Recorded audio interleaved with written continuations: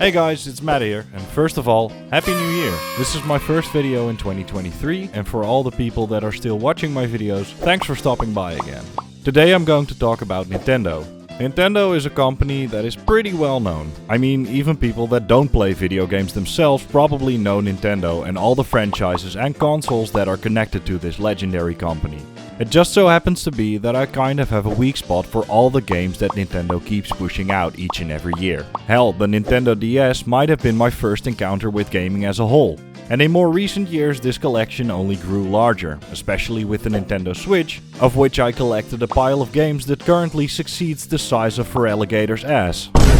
Enough reason to get myself a capture card, look at the color bar screen in OBS Studio for 4 days straight, crying because I don't know how to solve it, eventually do solve it, and record some Switch games for a segment on my channel which I like to call the Nintendo Corner.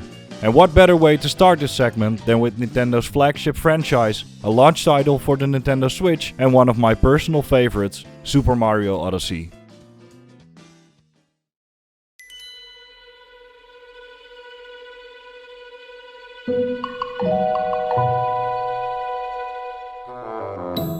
Super Mario Odyssey is a goddamn masterpiece and you should buy a Switch right now and play it for the rest of your life. Thanks for watching. No, but seriously, if you've never played this game, even though it's already nearing its 6th birthday, I'm pretty much going to discuss all of the story and fun twists and surprises in this video. If this game somehow hasn't been spoiled for you, experiencing it for yourself is so much more fun than finding everything out in a YouTube video. So yeah, spoiler warning.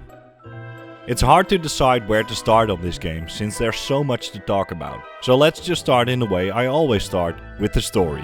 Just like any other Mario game, Odyssey focuses around the misogynistic note that women can take care of themselves and even a princess fails to do so she has to be saved by a much more capable middle-aged lower-class plumber. But as a fun twist, this time it also involves a forced marriage to a huge anthropomorphic fire-breathing turtle, as well as the kidnapping of a sentient tiara. But in all fairness, here in the Mushroom Kingdom this happens almost on a daily basis, so I guess you could say it's just business as usual. No, but really, the premise of the game is the same as in every other Mario game. Peach gets kidnapped by Bowser and Mario has to save her. This time, however, he gets help from a new friend, Cappy, whose wife, I guess, is the tiara I just talked about. Together they fight their way through hordes of enemies in several different kingdoms. So far it all sounds just like your classical Mario game, and in its core that's exactly what you get. It's just you jumping through levels, stomping on Goombas, climbing flagpoles, collecting coins, you get the idea. But Mario Odyssey is based around a completely new mechanic. You see, Cappy is not just a hat, he's a magical hat. And because of that, Mario is able to take control over pretty much every other creature or object he can get his hands on. Like this frog, or this tree, or a zipper, or a manhole cover.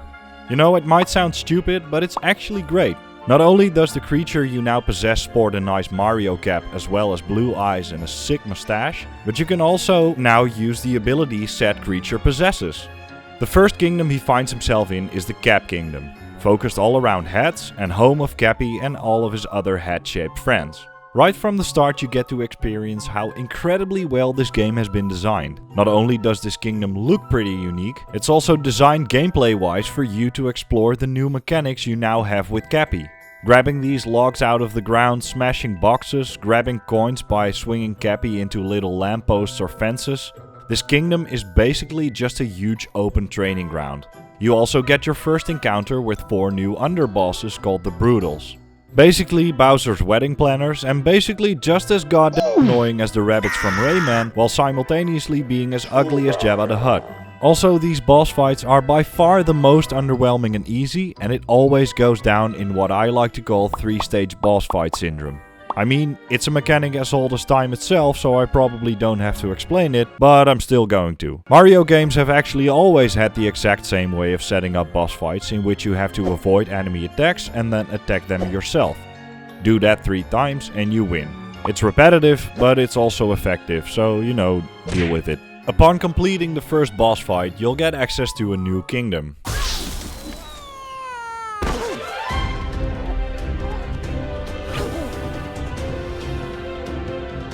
The Cascade Kingdom, that is. Yet again a testament to how great this game is designed. Just a bit bigger than the previous kingdom, a bit more to do, a few more mechanics to explore, etc, etc, etc. Oh, did I mention you also get to play as a fucking dinosaur?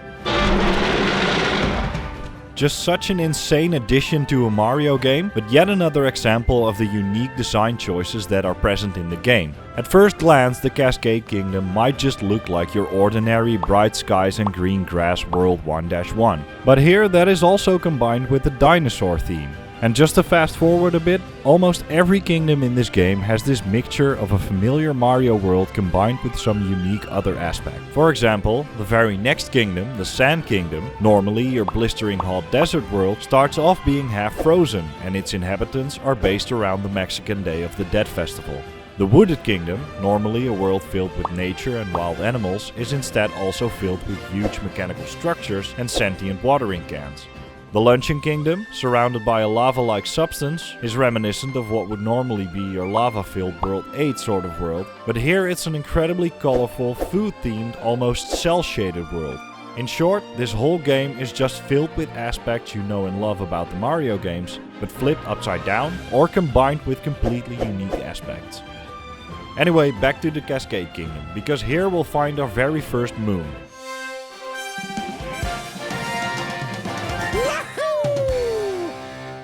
Similar to shine sprites in Mario Sunshine or stars in Mario 64, the moons in Mario Odyssey are collectibles you need in order to progress through the story. These moons are used as fuel for the Odyssey, but wait a second, I didn't even mention what the Odyssey is, did I? The Odyssey is your flying ship you'll use throughout the game in order to travel from kingdom to kingdom. Now, if you'd have told me that I'd really needed to play this game in which an Italian plumber travels through an insane world in a hat-shaped ship fueled by magical shiny moons, I'd probably ask you what sort of medication you were on. But I mean, just look at it.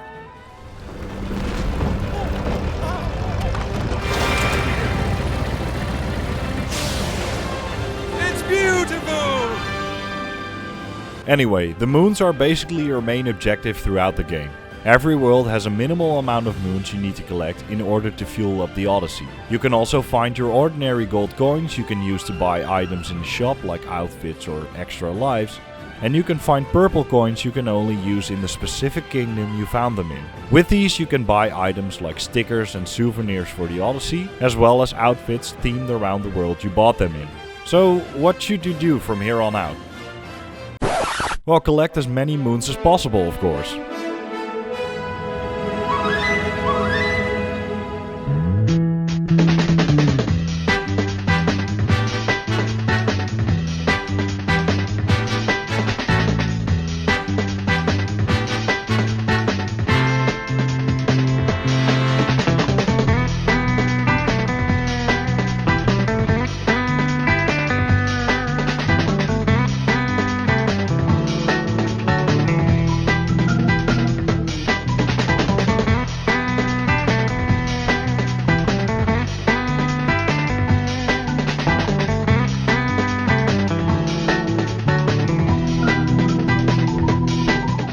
Mario Odyssey can be seen as a semi-open world game, in which every kingdom can be seen as its own small open world. Being an open world, it of course means that it's filled with dozens of side objectives. In each kingdom you definitely have a main objective, which pretty much always ends up in you encountering a boss fight, but in Mario Odyssey these side objectives are almost just as important to complete the game, since these give you all those moons you need. On the one hand, you have a bunch of moons that are just scattered around each world you need to collect, as well as some standard minigames that get repeated throughout kingdoms, like walking in a perfect circle, Koopa freerun challenges, and music notes you need to collect within a certain time frame. But every world also has moons specifically centered around each world theme or creature. Just some examples. In the Sand Kingdom you have a creature called a Glidon, which makes it possible for you to glide through the air. So you have some moons on top of pillars which you can only reach with that creature. Same goes for the Jaxi, a very fast sort of stone lion which can travel across poisonous goo, so you need to collect a moon in that way as well. And yet again, this all comes down to how incredibly well these worlds have been designed gameplay wise. In the Sand Kingdom you'll find bullet bills which you can control. Not only will you use these to progress through the kingdom, you'll also need them to grab certain moons. Then you can find several challenge rooms suited for several of these creatures, including one for the Bullet Bill. And eventually you'll use the same mechanics as the Bullet Bill in order to defeat the boss fight. It's this progressive sort of difficulty curve you'll encounter in every kingdom that always gives you some time to get to know a certain mechanic, use it a few times, and then eventually using it to defeat the boss. All eventually centered around collecting moons, which of course doesn't stop there. You have moons that you can get by making a Goomba tower, moons you need to grow out of plants, fish for, moons that are found by taking with your dog and dig up, moons inside moons by playing jump ropes, moons by winning races, moons by using Yoshi, moons by talking to a man that just wanted some company. I mean, I can go on for hours pretty much. It's not just these challenges or mini games or any other way to get these moons that has been thought through. The way these kingdoms themselves have been designed are an important aspect of this as well. The earlier mentioned Jaxies are very fast and don't go through corners very well, so you have this huge open area in the Sand Kingdom where you can run around. The Wooded Kingdom, on the other hand, is very vertical, so you have creatures that can extend their legs or jump higher. Basically, everything is there for a reason, and every kingdom has been designed with the mechanics of these creatures and Mario himself in mind. Even the Switch motion controls are implemented in a very good way. The game's guide gives you more than enough explanation on how certain mechanics work, and in my opinion these implementations are done very well. They're not forced on you, but you always have the option to disconnect your Joy-Cons from the console and use them separately.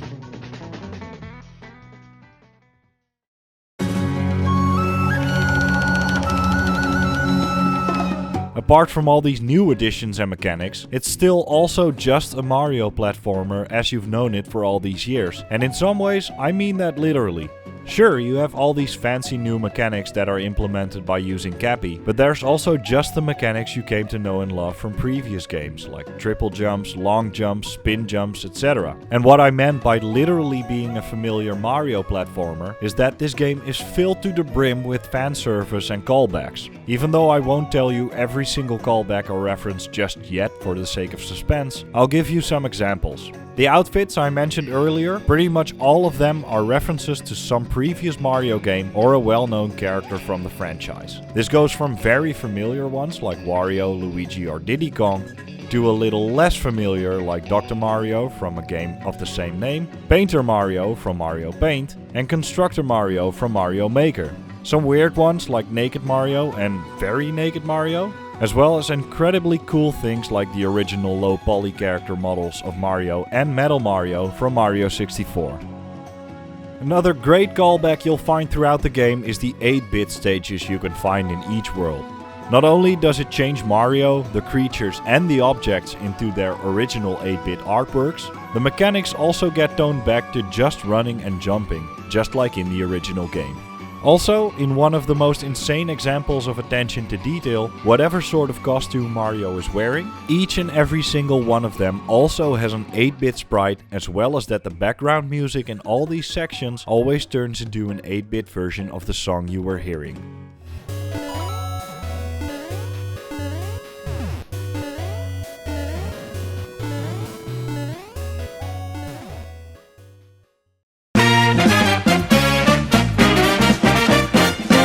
All in all, you make your way through these insanely cool looking kingdoms, collecting as much moons as you possibly can and defeating many bosses, each with their own unique mechanics. It probably won't come as a surprise for the people who've played the game that my absolute favorite kingdom is the Metro Kingdom. Known as New Donk City, this kingdom is based on New York, but with an unholy shitload of references to previous Mario games. Not only is the variety in minigames and side objectives arguably the biggest here, but there's also so much verticality that you can pretty much enjoy yourself for hours on end by just jumping through this city. In the main story, your objective is to provide the city with energy by reactivating the city's power plant. In return, Mario is allowed to enter the New Donk City Festival, which yet again is just so awesome. This huge 8-bit platforming section set throughout the backdrop of a festival in the city, culminating in a battle against the original Donkey Kong. I mean, how can you not smile like an insane maniac at this point? A close second in my list of favorite kingdoms is Bowser's Kingdom, which is completely styled after the Chinese culture and has one of the best boss fights against a giant mech, which by the way has 4 stages instead of the usual 3. Or the earlier mentioned Wooded Kingdom, which has some great platforming segments and without a doubt the best f***ing soundtrack in recent memory. Honestly, normally I always try to use my own music in my videos, but how can you justify that when you have such an absolute banger at your disposal? And it's not just this kingdom, because the whole game is filled with great music, as you will be hearing throughout this video. But on top of these kingdoms, almost every single kingdom is amazing and features at least one interesting aspect or design choice. The Seaside Kingdom looks incredibly gorgeous. The Lake Kingdom is an underwater kingdom, but it doesn't suck as much as other underwater levels in games because you can capture Cheeps. The Lost Kingdom might be small, but it's home to some of the most unique creatures. The Ruined Kingdom might actually be just a fighting arena, but it suddenly looks like you're playing a From Software game and you get to fight a huge fucking dragon that is called the Lord of Lightning. In addition, almost every single kingdom lets you completely stray from the given path in order to encourage exploration. You'll have so many moments in which you tell yourself, okay, I'm definitely out of bounds right now, I'm sure I just broke the game. Only to be greeted by a hidden moon or a stack of coins, as if the developers are trying to say, we knew some of you might do this, we're way ahead of you.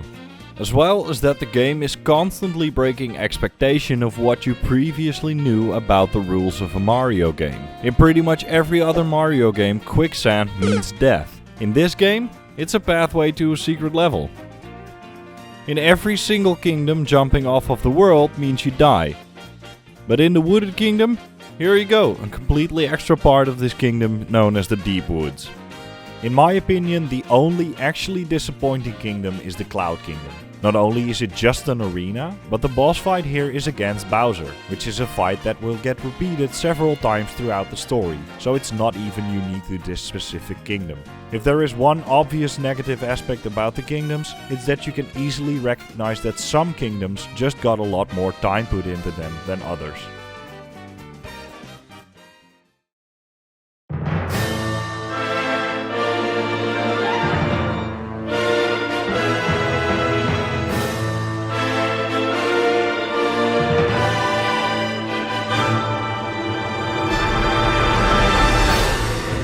Approaching the end of the story, you'll find yourself on the actual moon, party crashing on Bowser's big day. All his stolen items from the previously visited kingdoms are displayed here, and right before Bowser is able to marry Peach, Mario comes storming in.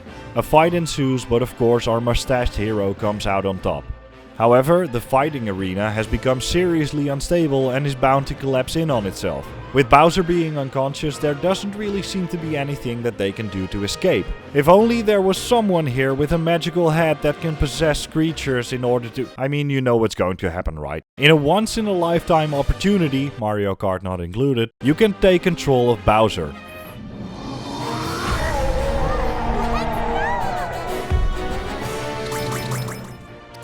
Breaking through huge chunks of rock, running through the cave, even 8-bitifying yourself for a small portion, and eventually you'll find yourself a way out, shooting yourself back to the moon. Bowser defeated, the day is saved and Peach is forever grateful to Mario, being the everlasting damsel in distress that she is. Right? Except just kidding, because even at the very end, Super Mario Odyssey has another trick up its sleeve. Because within the bickering between Mario and Bowser, she realizes she don't need no man. And she and her tiara, of which I still don't know the name by the way. What is it actually?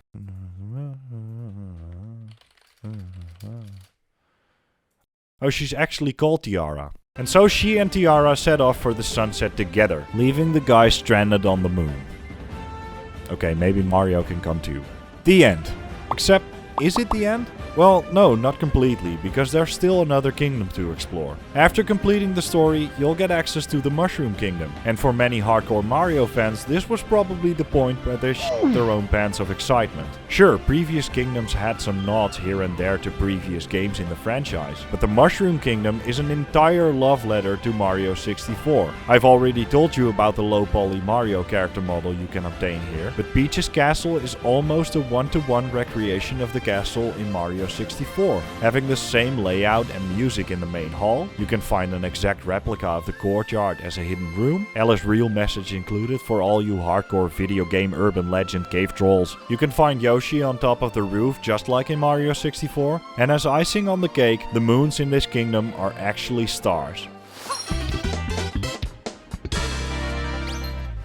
I mean, it's not like the references stop there. One of my favorite things in this kingdom is the fact that they recreated Yoshi's house from Super Mario World here. But yet again, I could go on for hours, which I probably shouldn't do.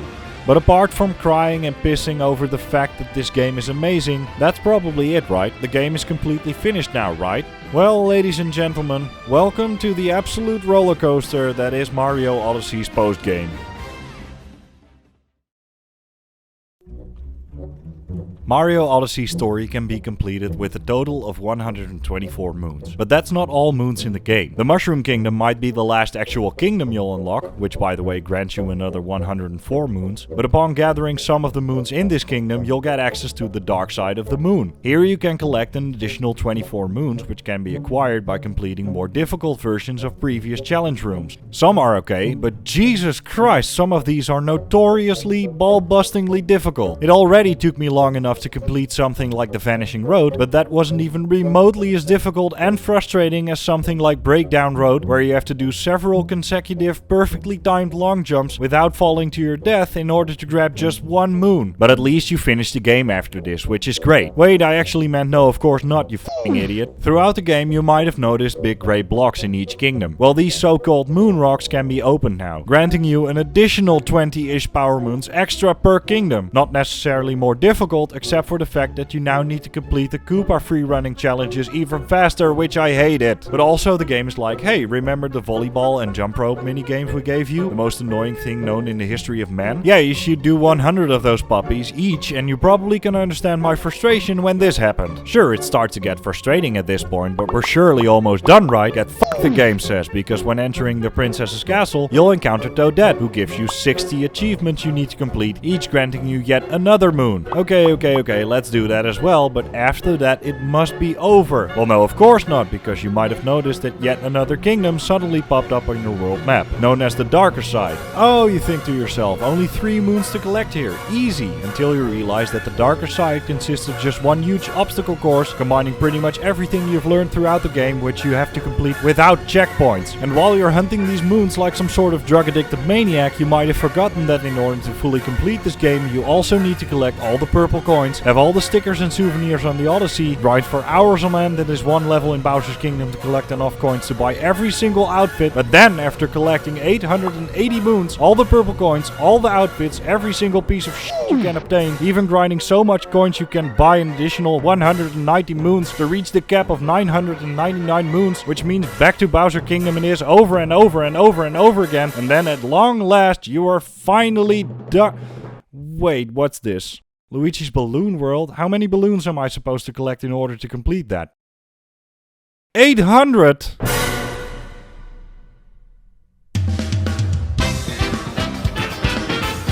So I've completed all there is to complete in Mario Odyssey except for Luigi's Balloon World, which arguably doesn't count for your total completion, but I'm a completionist, so yeah, it definitely does count.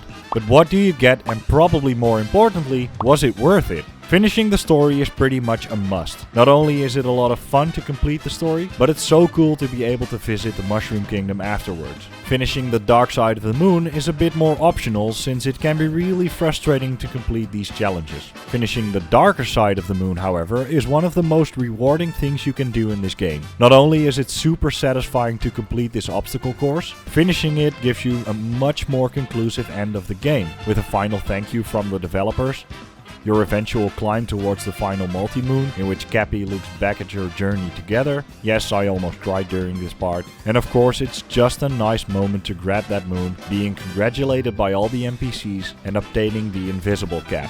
Also, you can now rematch against Bowser in a harder version of the final battle, and if at this point you collected all the 880 moons, the Odyssey will turn solid gold. Collecting everything else from the purple coins up to the music list will grant you a simple gold star. And if you've defeated Bowser in the rematch, you'll be given this postcard as a final thank you for playing the game. Even after this, there's still more, because if you grind all the way up to 999 moons, a huge head will appear on top of Peach's castle. Then finally, if you collected all of Luigi's balloon challenges, his balloons will turn solid gold as well. But that's the only thing I haven't done myself. Yet. Now, is all of this worth it?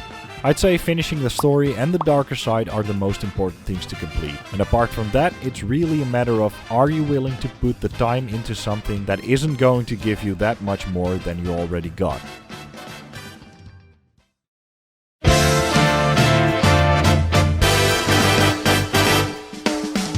Super Mario Odyssey is an amazing title and in my opinion the best Mario game ever made.